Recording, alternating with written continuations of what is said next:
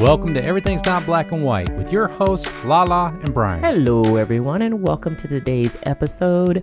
We have a fan favorite guest coming back to the studio today. It is my good friend, Tracy Teuscher. And you remember Tracy, we talked a little bit before about having some nature resilience and learning how to embrace nature. Today, we're going to go even deeper. We're going to be talking about saving native bees. And Tracy has a special organization that she works so tirelessly with called Save Ohio Bees. And we want to talk about that in today's show. So welcome, Tracy, back to the EMBW podcast. Welcome. Hey, Tracy. Thank you all. Good morning and good afternoon, good evening, wherever you're listening from. Thank you so much, Brian and Lala, for having me. I'm so happy to be here and share some information about our wonderful native bees. Yes, I love hearing you talk. First of all, you have the best voice that's so soothing and wonderful, so we love to hear you. But I wanted to start with a fact that I thought was so interesting, that it said that 1 in 4 North American bee species are facing extinction. That boggles my mind. And I really want you to kind of dig in a little bit and start talking to us like, how did this happen? Like, what is going on that we have this extinction with our North American bees? So that is a very complex question. And the answer is probably a little complex too. But I'll start by talking about just addressing that particular startling truth. And that startling truth is the reason that I decided to launch the Save Ohio Bees initiative, which addresses the 3 main reasons that North American bees are imperiled. And those 3 reasons are habitat loss, pesticide use, and climate warming. Habitat loss is the most significant contributor, to the crisis that native bees and other pollinators and many other kinds of wildlife are facing. Pesticide use has increased 50-fold in the last 50 years. And as we know, climate warming is increasing more rapidly than we initially anticipated. And native bees are what we call a keystone species because they're small, little, ingenious animals, and because they're small, they've co-evolved with the landscape over millions of years.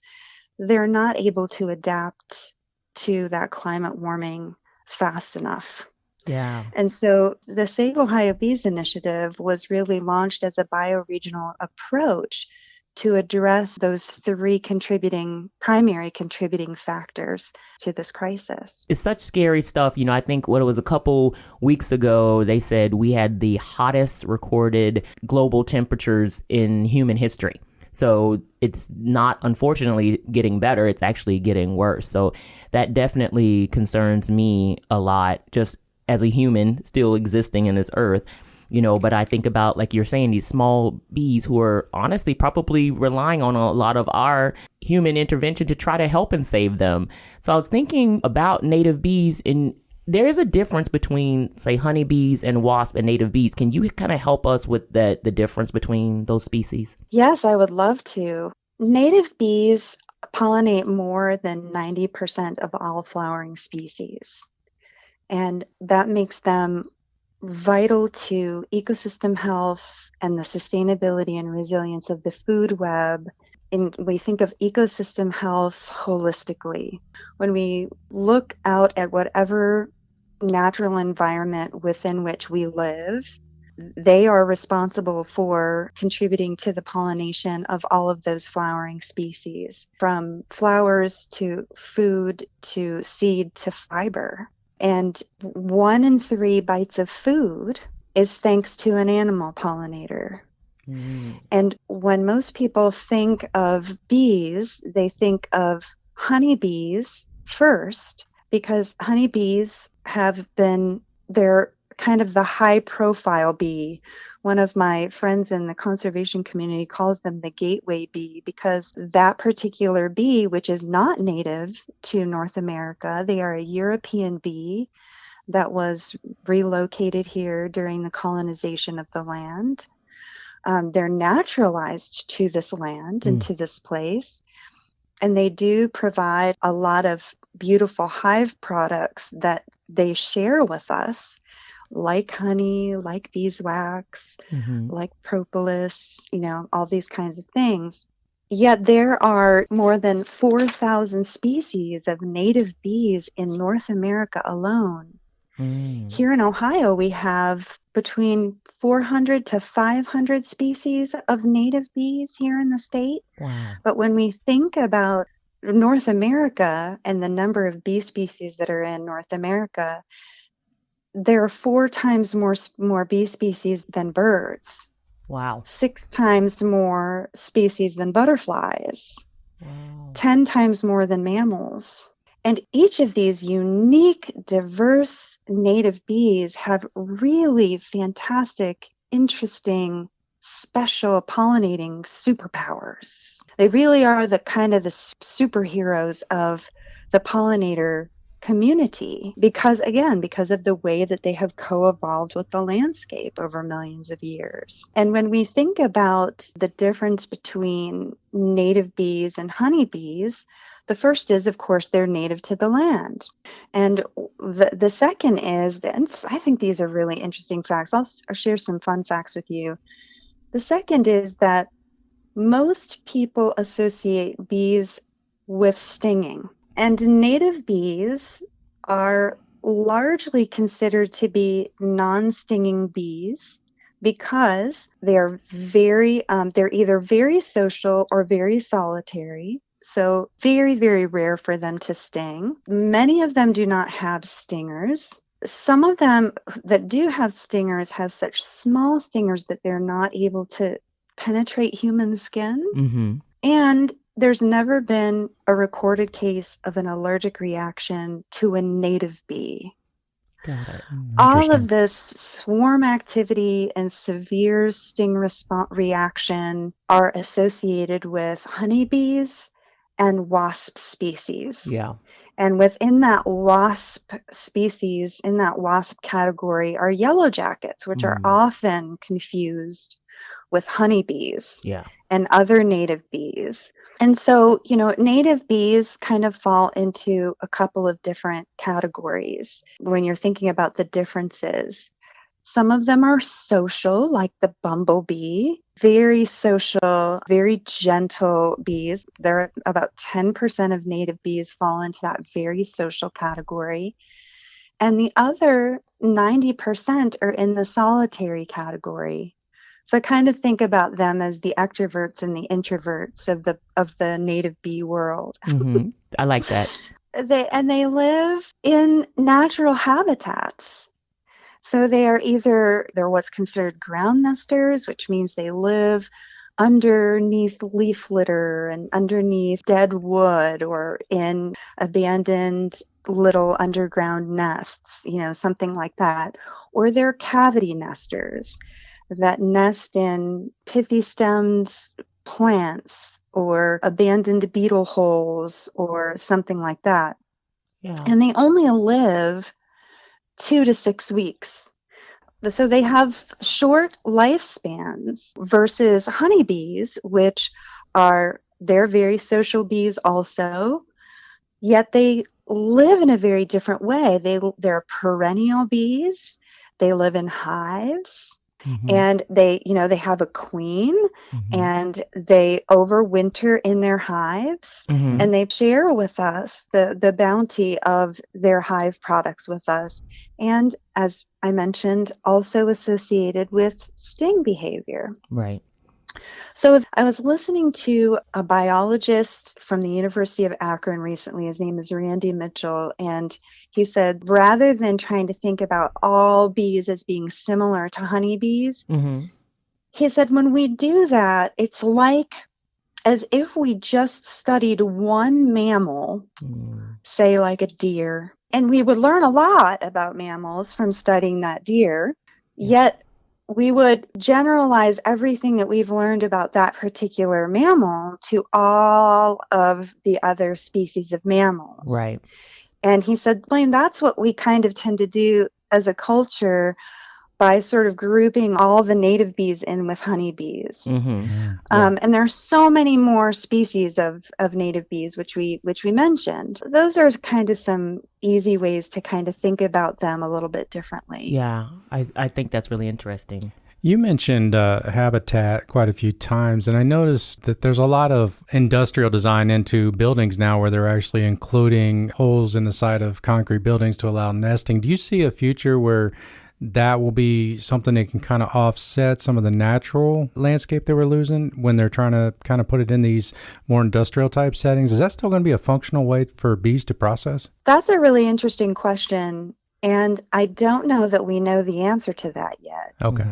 I think what I have learned is that the most important thing that individuals can do and communities can do is plant native flowers, native shrubs, native trees, including herbs, including vegetables. Their habitat has been destroyed and fractured. And when they emerge from nests, they only eat two things: pollen and nectar. And the way to think about those is that nectar is this highly nutritious, sugary fluid that they receive from floral resources that gives them energy for flight. It's sort of like a human drinking a tall glass of sweet tea, right? And pollen is the heavy yellow nutrition that they receive from inside the floral resources that coats their bodies. And as they move from flower to flower, that's how that pollination process takes place.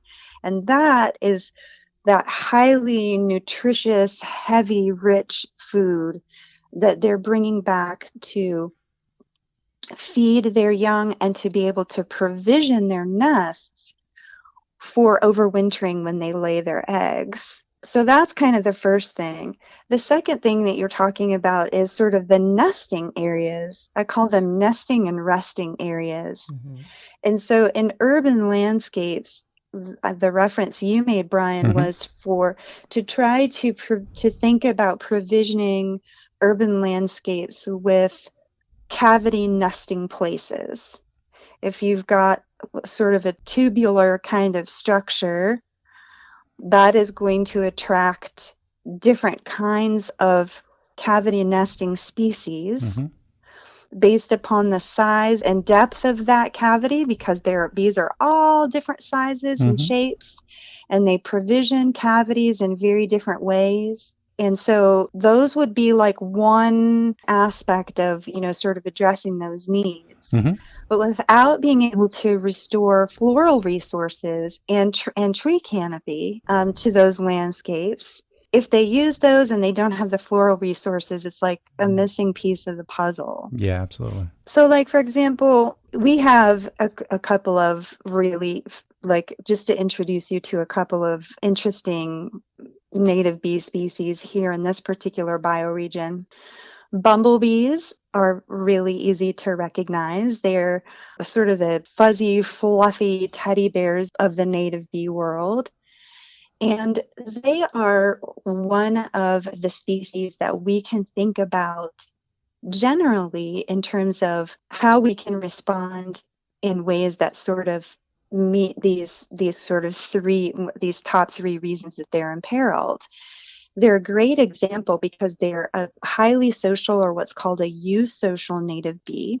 They're a generalist in terms of their pollinating capabilities. So they pollinate pretty much everything from flowering plants to shrubs to fruit trees to herbs to berries to vegetables. And they are the most efficient pollinator in wild landscapes.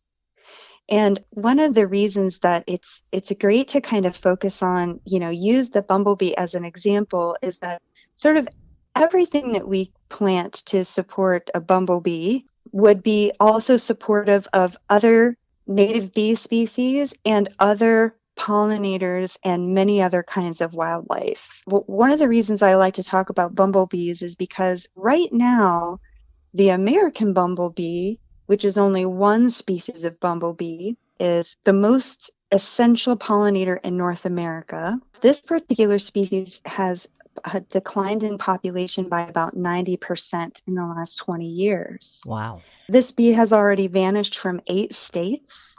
Wow. And seen a 99% decline in populations in the state of New York and a 50% decline in the Midwest and Southwestern and Southeastern states. And so when we think about this particular issue, one of the reasons that I established Save Ohio Bees is to address this issue from a bioregional perspective. We can't address this globally. We have to think about how we can address this bioregionally. As individuals and communities. And so they're a great example of a bee that we can think about. How do we as individuals address this need for food, foraging, nesting, and resting areas for a bumblebee? A cavity nesting example and fun fact about a bumblebee, they flap their wings at 130 times per second. Wow. And that beautiful buzzing sound that they make is the tone of Middle C. Ah, I didn't know that. That is a fun fact. Yes, it's a very fun fact. And so, like a cavity nester, back to the bumblebees, wild bees contribute about $20 billion per year in pollination services. Wow. So that's another thing when we're thinking about sort of the difference between honeybees and native bees. And a cavity nester example might be, Brian, to your question, might be a bee like mason bees, for example. Mm-hmm. Their amazing superhero pollinator abilities is that they are fantastic pollinators of fruit trees. So anything you can think of, especially stone fruits. So any kinds of fruit trees you can think of, from apples to cherries to peaches, they're highly specialized. They're a generalist pollinator, but they're highly specialized at pollinating fruit trees. Awesome. They're so good at it that now bee biologists are looking at the opportunity for them to contribute to pollinating nut trees, right? Oh, wow. So, for example, it takes 400 mason bees to pollinate an acre of fruit trees, and it would take 60,000 honeybees to do the same job. Wow. Those masons are, what they say, more efficacy? More efficient? Yes. Like that. That's pretty cool. Yeah, we just planted a cherry tree too, so now I feel better about doing I feel that. better about doing those things. I did have one more question around the habitat piece, Tracy, because I was actually up in Cleveland visiting, our youngest child, and I saw on the side of the road they had a lot of what I would think is native plants growing, and they actually had a sign that said this is a pollinator habitat, and kind of gave some information about it, which I thought was super cool, that they were using the landscape of the freeway system as a place to have those pollinators. And I don't know if you had anything to do with that or not, or if there was any kind of mass kind of activities of cities trying to do those kind of things to help save the bees. That is a wonderful question. I don't know about nationally, but I do know that here in Ohio, the Ohio Department of Transportation has a pollinator program that is working to restore wildflower habitat to areas that throughout the state along roadways they used to mow. Yeah. Mm-hmm. And that is some information that we have available on the website. That is awesome. Yes. I also know that there is a special partnership program through the U.S. Fish and Wildlife Service that offers a cost-sharing program to individual landowners and tribal members and others who have larger sections of land that they would like to have help in restoring. They have a special partnership program that allows individuals to apply to participate in that program. So if you have a larger section of land that you're stewarding, mm-hmm. or is, that there's a means by which you can explore a cost sharing program. That's to very cool. restore that habitat. Yeah. Yes. I love that. That would give people incentive to actually do something and say, "Well, I don't know what I can do." Well, hey, we will go in with you and we will work on it together. I think is a beautiful thing. And Columbus has got a lot of great metro parks where they have conservation areas set aside, specifically for those native plants too. So I mean, there's all kinds of opportunities out there. We just need to use them. Yeah, for sure. Those of you out there listening, if you were born 1990 or after, you might not comprehend this, but when you go to a gas station, there's those little buckets with window cleaners, and they're always empty. And the reason why they're empty is because no one uses them anymore.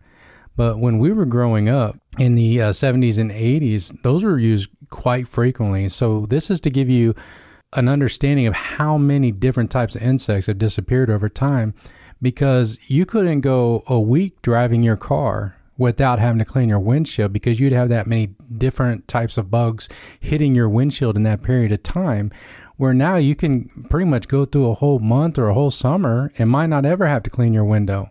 And when Tracy said there was 90% is extinct out of the one brand of bee that was out there, like, it's a real issue across the board. Mm-hmm. Yes, it is. One of the really significant contributors to that has been the cultural increase in the use of pesticides in the United States. Agree. In the United States, there are 1 billion pounds of pesticides that are used each year. Mm. And of that, 60 million pounds are used in homes and gardens. Mm. So we can change that. Mm-hmm. Yeah. We can foster natural predation and ecological biodiversity from our gardens to our farms. Yes. Well, let's talk to people how to do that, Tracy. That would be a great segue into giving people ideas of what they can actually do every day to help. Think about native flowering plants, including trees. Definitely do everything that you can to avoid or completely eliminate pesticide use. And think about how we can reimagine lawns as a society. They're wonderful means by which, and even if you are in an urban landscape and you're only able to maybe do windowsill pots or patio pots or one flower pot, and you have something that is flowering during whatever is the primary spring, summer, and fall period for your particular bioregion, those are really kind of the most powerful things that we can do. And I've had some great conversations with people recently about how to reimagine their lawns in suburban and urban landscapes, how to create, because turf is not habitat. I listened to a bumblebee biologist recently who said that he equated it to asphalt. Wow. Only if you're using chemicals on it, it's probably worse from a habitat perspective. And I thought that was really startling. Yeah. And when we think about managing our lawns naturally with things like lime versus a chemical fertilizer, we overseed our lawns with the clover. We allow the natural wildflowers to grow within our lawns. Those lawns can then become habitat. I recently learned from the Xerces Society that those little purple violet wildflowers that grow in our lawns are the sole host species to 14 different kinds of butterflies. Oh, wow. Didn't know that either. We need to reimagine we are what we associate as weeds. Mm-hmm. And I think that those are some simple ways that we can feel empowered to take actions that are going to make a big difference. And it's also I think, a really important means of reparation for the land. Yeah, I agree with that. I think that's awesome. So, Tracy, how can people learn more about all of your efforts to save Ohio bees? First of all, visit saveohiobees.org. If you are looking for resources for your own backyard, school, urban garden, we have a variety of free guides and video resources, a lot of other wonderful from native bee to plant to gardening guides to news to special events. You can find them for this particular bioregion at saveohiobees.org. And you can also follow us on Facebook and Instagram at Save Ohio Bees. If you're in a different region of the country or in looking for resources in North America, you can visit pollinator.org. Also visit xerces.org, and that's with an X. Also visit the Fish and Wildlife website, and you can ask them to place the American bumblebee on the endangered species list. That is awesome. I love that. Activism in real time is so beautiful. Thank you for sharing always such a passionate, plea for nature and being able to share this land with these beautiful creatures. We really appreciate you coming and being with us again today, Tracy. Thank you so much. Thank you so much for having me. Everyone, have a wonderful day. So, Brian, how can people get in touch with us? Sure, you can email us at embwpodcast@gmail.com, or we'd really love it if you follow and like on Facebook and go from there. Sounds wonderful. Well, thanks again to Tracy. Thank you all of you for Thanks, listening, Tracy. and we will see you soon. Bye. Bye. Bye.